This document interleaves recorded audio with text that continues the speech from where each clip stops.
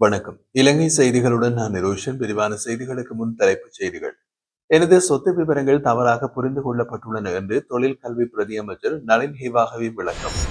எதிர்க்கட்சித் தலைவர்களை மௌனமாக்கி கைது செய்ய அரசாங்கம் முயன்றால் அதற்கு எதிராக நாங்கள் ஒன்றிணைந்து நிற்போம் என்று ரணில் விக்ரமசிங்க தெரிவிப்பு.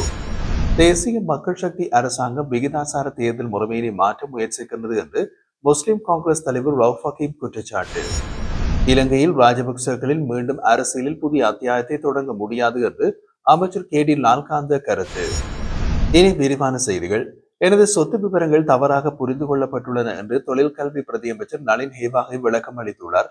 சமீபத்தில் ஊடகங்களில் வெளியான தனது சொத்து விவரங்கள் தொடர்பாக தொழில் கல்வி பிரதி அமைச்சர் நளின் ஹேவாகை தெளிவுபடுத்தினார்.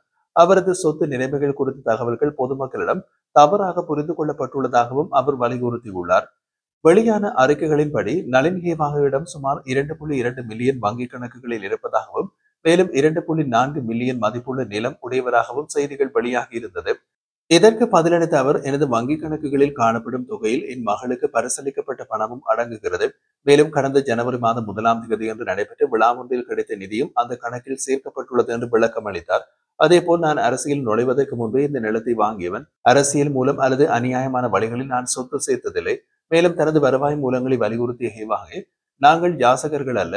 நான் பல்கலைக்கழக பட்டப்படிப்பு முடித்து அரசாங்க ஆசிரியராக பணியாற்றிய காலத்தில் கிடைத்த வருமானத்திலேயே குறித்த காணியை வாங்கினேன் என்றும் தெரிவித்துள்ளார். ஐக்கிய தேசிய கட்சியின் 79வது ஆண்டு விழாவை முன்னிட்டு ஸ்ரீ ஜாவர்தனபுரவில் உள்ள தனியார் ஹோட்டலில் சனிக்கிழமை நடைபெற்ற உங்கள் கரத்தை கைவிடாதீர்கள், அரசியலமைப்பு சர்வாதிகாரத்தை தோற்கடிக்க ஒன்றிணைவோம் என்ற நிகழ்வில் முன்னாள் ஜனாதிபதி ரணில் விக்ரமசிங்கே கருத்து தெரிவித்தார். அவர் கூறுகையில், ஊழலுக்கு எதிரான நடவடிக்கைகளுக்கு நாங்கள் எப்போதும் ஆதரவாக உள்ளோம். ஊழலுக்கு எதிராக நடவடிக்கை எடுக்க முதலில் ஆரம்பித்தது நாங்களே. ஆனால் போலியான குற்றச்சாட்டுகளின் கீழ் அரசியல் தலைவர்களை மோசடியான முறையில் கைது செய்ய முயற்சிப்பதை நாங்கள் ஒருபோதும் அனுமதிக்க மாட்டோம். அதற்கு எதிராக உறுதியுடன் போராடுவோம். நாங்கள் பயப்படவில்லை, நாங்கள் பின்வாங்குவோம் என்று நினைத்தவர்கள் தவறாகியுள்ளனர். அரசியல் தலைவர்களை அநியாயமாக இலக்கு செய்ய முயன்றால் நாங்கள் ஒன்றிணைந்து அதற்கு எதிர்ப்பு தெரிவிப்போம். எந்த ஒரு சவாலையும் எதிர்கொள்ள நாங்கள் தயாராக உள்ளோம் என்று ரணில் விக்ரமசிங்கே தெரிவித்தார். அதே நேரம் எதிர்க்கட்சி தலைவர்களை மௌனமாக்கி கைது செய்ய அரசாங்கம் முயன்றால் அதற்கு எதிராக நாங்கள் ஒன்றிணைந்து நிற்போம். அச்சமின்றி எதிர்ப்போம். இதற்கு நாங்கள் அடிபணிவோம் என்று யாரும் நினைக்க கூடாது. அரசியல் தலைவர்களை அடக்க முயன்றால் அதற்கு எதிராக போராடுவோம்.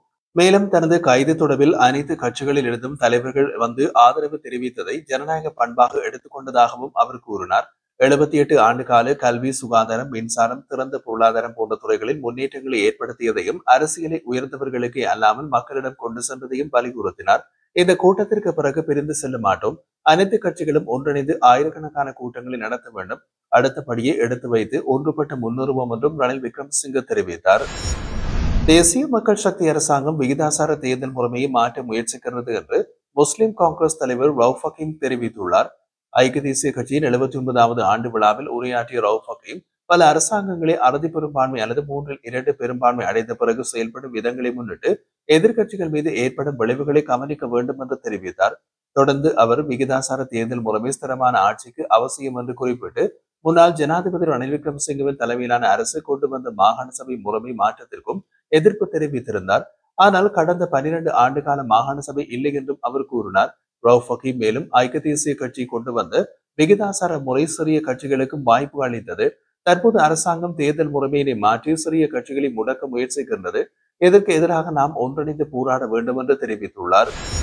ஐக்கிய தேசிய கட்சியின் 79வது ஆண்டு விழாவை முன்னிட்டு சனிக்கிழமை ஸ்ரீ ஜாவர்தனபுரவில் நடைபெற்ற உங்கள் கருத்தை கைவிடாதீர்கள், அரசியலமைப்பு சர்வாதிகாரத்தை தோற்கடிக்க ஒன்றிணைவோம் என்ற நிகழ்வில் முன்னாள் ஜனாதிபதி ரணில் விக்ரமசிங்கே தலைமையில் நடைபெற்றிருந்தது. அதில் கலந்து கொண்ட பாராளுமன்ற உறுப்பினர் சாமர சம்பத் திசாநாயக்க உரையாற்றிய போது, சபாநாயகர் கேட்கின்றார், 79 ஆண்டுகளாக ரணில் நாட்டுக்காக என்ன செய்தார் என்று. விமல் ரத்நாயக்கவும் தொலைக்காட்சி சந்திப்பொன்றில் அதிக கேட்கின்றார். ஆனால் உண்மை என்னவெனில் ரணில் நாட்டுக்காக அனைத்தையும் செய்துள்ளார். எரிபொருள், எரிவாயு, உரம், டொலர் எல்லாவற்றையுமே நாட்டுக்காக கொண்டு வந்தவர் ரணில் தான். அவர் செய்யாமல் இருந்தது ஒரே ஒரு விஷயம், பாராளுமன்றத்தை தீ வைத்து எரிக்க வந்தவர்களை கைது செய்து சிறையில் வைக்கவில்லை என்பதே. நாட்டு மக்கள் சோர்வடைந்திருந்த நேரத்தில் நாட்டை மீண்டும் கட்டியெழுப்பியவர் முன்னாள் ஜனாதிபதி ரணில் விக்ரமசிங்கே தான் என்றும் சாமர சம்பத் திசாநாயக்க தெரிவித்துள்ளார். இலங்கையில் ராஜபக்சர்களின் அரசியல் கதை முடிவுக்கு வந்துவிட்டது. இனி அவர்கள் மீண்டும் அரசியலில் புதிய அத்தியாயத்தை தொடங்க முடியாது என்று அமைச்சர் கே.டி. லால்காந்த தெரிவித்தார். மீண்டும் மஹிந்த சூறாவளி என்று வெளியாகிருந்த செய்தி தொடர்பாக எழுப்பப்பட்ட கேள்வி ஒன்றுக்கு பதிலளித்த போது கே.டி. லால்காந்த் இதனை கூறியுள்ளார். அவர் மேலும் கூறிய போது, ஒரு விளக்கு அணைய போகும் முன் அது அதிகமாக பிரகாசிப்பது போல தற்போது ராஜபக்சர்களின் அரசியல் அதே நிலைக்கு வந்துவிட்டது. இனி அந்த பழைய கலாச்சாரத்திற்கு இலங்கையரிடமில்லை. மக்கள் சிறந்த அரசியல் கலாச்சாரத்தை ஆதரிப்பார்கள். சொத்து விவரம் அரசியல்வாதிகளிடமிருந்து இதுவரை வெளிவராமல் இருந்தது. ஆனால் அதனை வெளிக்கொண்டு வர நாமே நடவடிக்கை எடுத்தோம்.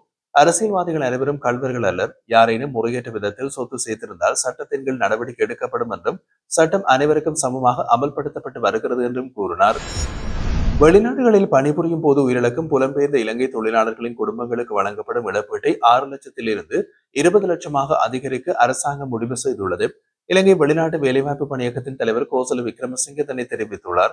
அவரின் கருத்துப்படி வெளிநாட்டு வேலைவாய்ப்புக்கு செல்லும் அனைத்து பதிவு செய்யப்பட்ட இலங்கை தொழிலாளர்களும் இவ்விலக்கு இழப்பீட்டுக்கு உரிமையுடையதாக இருக்கின்றனர்.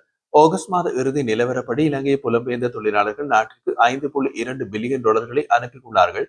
இந்த ஆண்டு இதுவரை சுமார் 2,20,000 இலங்கையர்கள் வெளிநாட்டுக்கு செல்லும்படி பணியை நாடி சென்றுள்ளனர். இந்த ஆண்டின் இறுதிக்குள் பண அனுப்பல் 7 பில்லியன் டாலர்களை எட்டும் என்று எதிர்பார்க்கப்படுகின்றது.